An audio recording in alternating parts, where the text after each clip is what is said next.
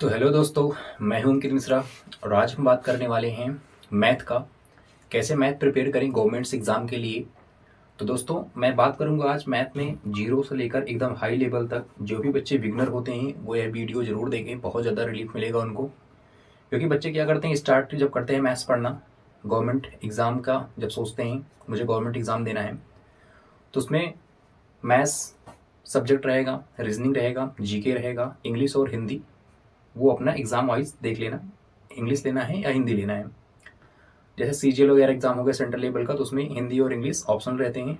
बाकी जो भी आप लोग स्टेट का एग्ज़ाम दे रहे हैं तो उसमें हिंदी आता है। जैसे यूपी स्टेट का कोई भी एग्ज़ाम, यूपी पुलिस हो गया, एसआई हो गया, तो उसमें हिंदी आता है। उसकी बात बाद में करेंगे। सबसे पहले आज बात करेंगे मैथ्स का, क्योंकि मैथ बहुत ज़्यादा लेंदी सिलेबस है।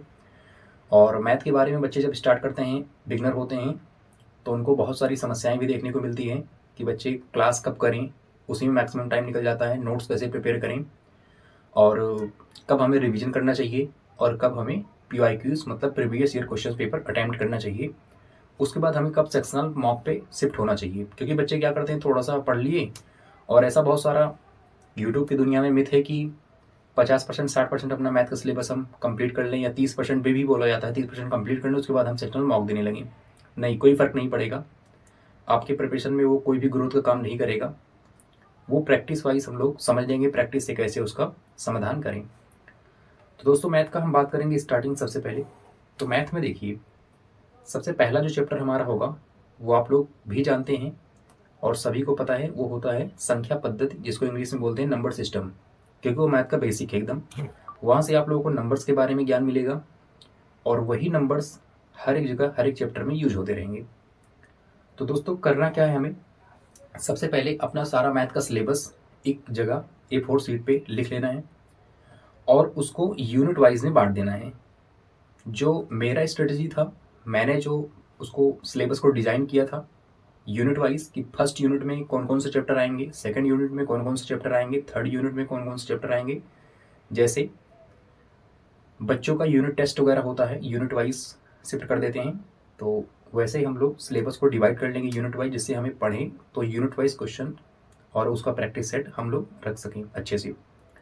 तो पहले यूनिट में जैसे हम बताएंगे, हमारा जो सेट था सिलेबस, वो एक साइंटिफिक वे में हम उसको साइंटिफिक वे में डिज़ाइन किए हैं सिलेबस, और उसको हम अपलोड कर देंगे, बगल में लगा देंगे, स्क्रीन देख लीजिएगा आप लोग, या टेलीग्राम में आप लोग ज्वाइन कर लीजिएगा। टेलीग्राम में हम उसको डाले हुए हैं पूरा सिलेबस सभी चीज़ का।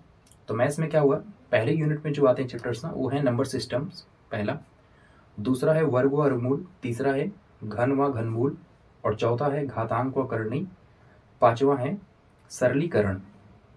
तो ये 5 चैप्टर्स फर्स्ट यूनिट में आते हैं। अब ये चैप्टर्स कैसे हैं, जैसे नंबर सिस्टम अगर हम नहीं पढ़ेंगे तो हमें वर्ग और मूल की कहानी समझ में नहीं आएगी उतनी अच्छे से। जो भी बिगनर बच्चे होते हैं, जो भी पढ़े हुए हैं, उनकी बात नहीं कर रहे हैं। देन नंबर सिस्टम के बाद हम लोग वर्ग और मूल, बहुत सारी चीज़ें हैं जो सिंप्लीफिकेशन में हमारे लिए काम करेंगी, मदद करेंगी, तो उसको पढ़ना इग्नोर नहीं कर सकते अभी के लिए हम। क्योंकि एडुकेटिव पैटर्न चल रहा है, एडुकेटिव में कुछ भी पूछ सकता है, और पूछ भी रहे हैं ऐसे बेसिक से ही। उसके बाद घन व घनमूल पढ़ेंगे, देन घातांक व करणी, और सरलीकरण। सरलीकरण इन सबका मिक्सअप होगा पहले यूनिट में। अब जैसे हम पहले यूनिट पढ़ लिए, तो ये पार्टिकुलर पूरे यूनिट का हम यूनिट क्वेश्चंस डिवाइड करेंगे 50 50 50 सबको लेके, और 250 क्वेश्चन हो जाएंगे 5 चैप्टर के। इसको हमें 2 घंटे टाइम लगा लेंगे, 2 घंटे में हमें सॉल्व करना है। अब ये 50 50 क्वेश्चन आप लोग पिनेकल की बुक ले सकते हैं। पिनेकल में पूरा एसएससी का जितना प्रीवियस ईयर क्वेश्चन है पूरा कंपाइल करके दिए हुए हैं चैप्टर वाइज। तो इसको हम 50 50 क्वेश्चन लेंगे और 2 घंटे में सॉल्व करने की कोशिश करेंगे टाइम लगा के। अब ये तो हो गया ऐसे सारा यूनिट। सेकंड यूनिट में क्या आएगा, रेशियो। अब रेशियो से कौन सा लिंक चैप्टर है, रेशियो हो गया, पार्टनरशिप हो गया, मिक्सचर एंड एलिगेशंस हो गया, ये सब एक दूसरे से लिंक है। परसेंटेज वाली यूनिट में देखेंगे तो परसेंटेज आएगा, प्रॉफिट एंड लॉस आएगा, ये साइसी आएगा, compound interest and simple interest, है ना, और डिस्काउंट वगैरह। तो ये सब आते हैं एक यूनिट में। तो पार्टिकुलर जिस जिस भी यूनिट का हम लोग तैयार करते जाएंगे, उस यूनिट का 50 50 क्वेश्चन लेके, और एक क्वेश्चन के लिए अभी के लिए आप लोग प्रैक्टिस में 1 मिनट दे सकते हैं। उसको हम टाइम लगा के, जैसे 100 क्वेश्चन है तो 100 मिनट लेके हम बैठ सकते हैं, ठीक है, अभी की प्रैक्टिस के लिए। तो ऐसे हमें यूनिट वाइज प्रिपेयर करना है, और यूनिट वाइज उसका प्रीवियस उठाना है पिनेकल बुक से, और लगाना है हमें। एक क्वेश्चन के लिए 1 मिनट आप लोग औसतन ले सकते हो। अब बात आई हम जैसे नंबर सिस्टम, हम किसी का भी XYZ टीचर का यूट्यूब पे वीडियो देखें और जो भी टीचर को फॉलो कर रहे हैं केवल एक ही टीचर को फॉलो करिए, बार बार थंबनेल से और टीचर का बोलने से, है ना, बहुत ज़्यादा दिखावा करने पे मत जाइए। एक टीचर को फॉलो करिए, उन्हीं के साथ हमेशा चलिए। जैसे एक टीचर से आप फॉलो किए, नंबर सिस्टम का पहला लेक्चर कंप्लीट किए, मान लो 10 लेक्चर है उसमें, 10 लेक्चर में हम पहला लेक्चर कंप्लीट किए, उसका नोट्स प्रिपेयर किए। Notes handwritten, self handwritten notes बनाना है, मार्केट का नहीं परचेस करना है। बिगनर हो दिक्कत आ जाएगी अगर आप ऐसा करेंगे तो, क्योंकि खुद से नोट्स बनाएंगे। और आप लोग हो सकता है तो आप लोग A4 सीट लाइए, A4 सीट में नंबर सिस्टम जैसे हैं, उसके बाद अगला चैप्टर वो है, तो आप लोग नंबर सिस्टम में ये सब सीट बनाइए। उसके बाद बाइंडिंग क्लिप लाइए, बाइंडिंग क्लिप से उसको क्लिप कर दीजिए पेपर। तो A4 सीट पे ही नोट्स बनाइए, ज़्यादा सही रहेगा वो। जैसे नंबर सिस्टम का पहला लेक्चर हम कंप्लीट किए, देन दूसरा लेक्चर हमें सेकंड डे पढ़ना होगा। तो पहला लेक्चर आज कंप्लीट किए, अब टाइम तो लगेगा पहले में ना, टाइम से मत भागिएगा कि बहुत कम समय करके आप ज़्यादा प्रोडक्टिव रिजल्ट लेना चाहते हैं। SSC की दुनिया में ऐसा नहीं होता है, गवर्नमेंट जॉब का प्रिपरेशन नहीं है, कब सालों साल बीत जाता है पता नहीं लगता है। तो इसको थोड़ा ध्यान से, प्लानिंग अच्छी रहेगी तो अच्छे से पहुँचेंगे, जल्दी पहुँचेंगे मंजिल पे। तो पहला चैप्टर हम जैसे नंबर सिस्टम पढ़े, पहला लेक्चर, देन दूसरा लेक्चर पढ़ने से पहले, नहीं तो वीडियो ओपन करो देखने लगो, नहीं, दूसरा लेक्चर पढ़ने से पहले आधे घंटे हम क्या पढ़े हैं उसको रिवाइज जरूर करना है। तो ये रिवीजन का तरीका हुआ, क्योंकि अगर रिवीजन नहीं करेंगे, हम पढ़ते कितना नए नए कंटेंट पढ़ते जाएं, उसको कोई मतलब नहीं निकलेगा। अब से दूसरा चैप्टर हम पढ़ रहे हैं, पहला चैप्टर मान लो कंप्लीट हो गया, ऐसे डेली की बात कर रहे हैं। डेली नंबर सिस्टम में अगर नेक्स्ट लेक्चर हमें पढ़ना है तो पिछला पढ़ा हुआ लेक्चर हमें आधे घंटे में उसको जल्दी जल्दी जरूर देखना है, रिवीजन करना है। ऐसे होता रहेगा ना, तो आप लोगों को जिस दिन मैथ खत्म करेंगे, 4 महीने 5 महीने 6 महीने, जिस दिन भी मैथ आप लोग खत्म करेंगे, आप लोगों का पूरा 100% मैथ तैयार होगा। फिर से उस चैप्टर पर नहीं जाना होगा कि पहला चैप्टर फिर से पढ़ें हम, है ना। नहीं तो यहाँ पे बच्चे करते क्या हैं, पूरा चैप्टर पढ़ लेंगे, पूरा मैथ फिनिश कर लेंगे, उसके बाद रिवीजन करने में जाएंगे। तो 1 साल लगेगा उनको पढ़ने में और 1 साल लगेगा उनको रिवीजन करने में, फिर तीसरा साल लगेगा उनको PYQ सॉल्व करने में, चौथा साल आ जाएगा सिलेक्शन में। ऐसा नहीं करना है। मैथ्स हमेशा प्रैक्टिस मांगता है। एक ऐसा कैप्सूल है मैथ जिसको डेली लेना पड़ेगा, सुबह शाम। तो मैथ में अगला चैप्टर पढ़ने से पहले हमें पिछला कंटेंट रिवीजन करना है, जो भी पढ़े हुए हैं ऐसे ऐसे करके पढ़ना है यूनिट वाइज। अब प्रत्येक जैसे कंप्लीट, एक यूनिट कंप्लीट हो जाएगी, आप लोग टास्क बना लीजिएगा, 1 महीने में हमें 1 यूनिट जैसे कंप्लीट करना है, 4-5 यूनिट है बस। 1 यूनिट अगर कंप्लीट हो जाएगी, फिर दूसरी यूनिट जंप करने से पहले उस पूरे कंप्लीट यूनिट का आधे घंटे के अंदर हमें जल्दी जल्दी उसको रिवाइज करना है और क्वेश्चन उसको प्रैक्टिस करना है। और ये सब पूरा रिवीजन, PYQs, जो PYQs बोले 50-50 क्वेश्चंस प्रत्येक चैप्टर का, जितने भी उस यूनिट में चैप्टर उठाना है, और प्रत्येक क्वेश्चन के लिए 1 मिनट करके अपना टाइम सेट करके, टाइमर लगा के फ़ोन में सॉल्व करना स्टार्ट करना है। ये इतना करने के बाद जब भी आप फाइनल चैप्टर पढ़ेंगे मैथ्स का, उस टाइम आपका प्रत्येक चैप्टर एटलीस्ट 10 टाइम्स रिवाइज होगा और आपके जितने भी कॉन्सेप्ट्स होंगे सारे फिंगर टिप्स के कॉन्सेप्ट होंगे।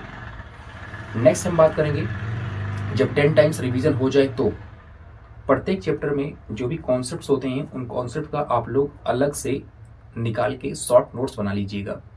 मात्र पूरा मैथ्स 10 से 15 पेजों में समझ जाएगा। वो शॉर्ट नोट्स क्या होगा, क्योंकि बार बार जब हम रिवाइज कर लेते हैं सेम कंटेंट ना, तो नोट्स हमारा पलटने का ना तो समय रहता है और ना ही मन करता है, वो बोरिंग लगने लगता है। तो जब भी हम एग्जाम देने जाएंगे तो शॉर्ट नोट्स ही देख लेंगे ना, अपना बनाया होगा तो वो 5 से 10 मिनट में ही कंप्लीट हो जाएगा। तो शॉर्ट नोट जरूर प्रिपेयर करना है। कब? एटलीस्ट प्रत्येक चैप्टर 10 टाइम्स रिवाइज हो जाए तो उसके बाद में करना है ये, ठीक है। अब हम बात करेंगे कब हमें सेक्शनल मॉक देना चाहिए। फुल मॉक की तो बाद में बात करेंगे हम, जब सारे सब्जेक्ट लगभग कंप्लीट होंगे तो उसके बाद में बात कर लेंगे हमें सेक्शनल मॉक मैथ के कब देने चाहिए। क्योंकि ऐसा बोलते हैं सब कि 30% हो गया सिलेबस, सेक्शनल मॉक दो, ये सब करो। नहीं, आपका टाइम एक्स्ट्रा जाएगा। 30% में से आप जो पढ़े हैं, आप मान लो 30% पढ़ लिए, तो 30% मॉक में क्वेश्चन आया तो क्या 30% आप क्वेश्चन कर लेंगे उसमें से? नहीं कर पाएंगे ना उसमें भी। हम मान लो 3 चैप्टर पढ़े हुए हैं तो क्या 3 चैप्टर का पूरा क्वेश्चन आएगा और हम कर लेंगे? ऐसा नहीं होता है जब तक कि प्रैक्टिस अच्छा ना हो। तो 30 क्वेश्चन जैसे मान लो आ रहे हैं तो 30 में से हम 300 चैप्टर पढ़े हुए हैं क्वेश्चन एटलीस्ट 20 कर पाएंगे, 10 नहीं कर पाएंगे उसका भी तभी वो फ्रस्ट्रेशन आएगा। तो क्या करना है हमें, सेक्शनल मॉक पे कब जम करना है, सारे चैप्टर कंप्लीट हो जाए, क्योंकि PYQs हम साथ साथ लगा रहे हैं। सेक्शनल मॉक वगैरह में क्या होते हैं, PYQs ही आते हैं, उसी टाइप के क्वेश्चन आते हैं। SSC अपना पैटर्न नहीं बदलता है, ना क्वेश्चन का पूछने का तरीका बदलता है, केवल न्यूमेरिकल वैल्यूज बदलता है। तो हम जो यहाँ पे पिनेकल बुक से क्वेश्चंस प्रैक्टिस करके गए हैं PYQs, वो हमें वहाँ पे हेल्प करेगा सेक्शनल मॉक में। तो आप लोग ये ना समझिएगा कि हम प्रैक्टिस नहीं कर रहे हैं, सेक्शनल मॉक दें तभी प्रैक्टिस होगा, ऐसा नहीं, कुछ भी नहीं है। यहाँ पे प्रत्येक यूनिट से, प्रत्येक चैप्टर से क्वेश्चन लीजिए, टाइमर लगाइए, लगाइए उसको, मॉक ऑफ पे मत जाइए। इससे क्या होगा, आपका जो चैप्टर पढ़े हुए आप उसमें मजबूत होंगे ना। आप जो नहीं पढ़े, अब यहाँ पे जैसे मान लो सेक्शनल मॉक लेके गए, 25 में से हम 10 क्वेश्चन वाले चैप्टर पढ़े हुए हैं, 15 क्वेश्चन वाला चैप्टर नहीं पढ़े हुए हैं, तो उसको नहीं बना पाएंगे। अब नहीं बना पाएंगे तो एंजाइटी अलग से आएगी, और वो 15 क्वेश्चन जब एनालिसिस करेंगे तो टाइम हमारा एक्स्ट्रा जा रहा है, उसका उतना प्रोडक्टिव रिजल्ट नहीं आ रहा कि आपको परसों एग्जाम में बैठना है। नहीं, अभी पढ़िए टाइम निकाल के अच्छे से, उसके बाद वो सब है ना। तो हमें सेक्शनल मॉक तब लगाना चाहिए जब हमारा सिलेबस कंप्लीट हो जाए और एटलीस्ट सारे चैप्टर्स 10 टाइम्स रिवाइज हो जाएं। उसके पहले प्रत्येक चैप्टर से वही PYQs पिनेकल बुक से टाइम लगा के करना है, और नया कंटेंट पढ़ने से पहले पुराना वाला रिवीजन जरूर करना है। इससे आप लोगों को अलग से समय नहीं निकालना पड़ेगा कभी भी रिवीजन के लिए, और आप लोग जैसे ही 5 से 4 महीने में अपना सिलेबस कंप्लीट करेंगे तो आपका प्रत्येक चैप्टर रिवाइज हो गया होगा लगभग 10 बार। ठीक है दोस्तों, तो ये थी पूरी मैथ की प्लानिंग। बाकी कोई दिक्कत हो आप लोगों को कमेंट में कर दीजिएगा, हम उसका रिप्लाई कर देंगे। और थैंक्स फॉर वॉचिंग।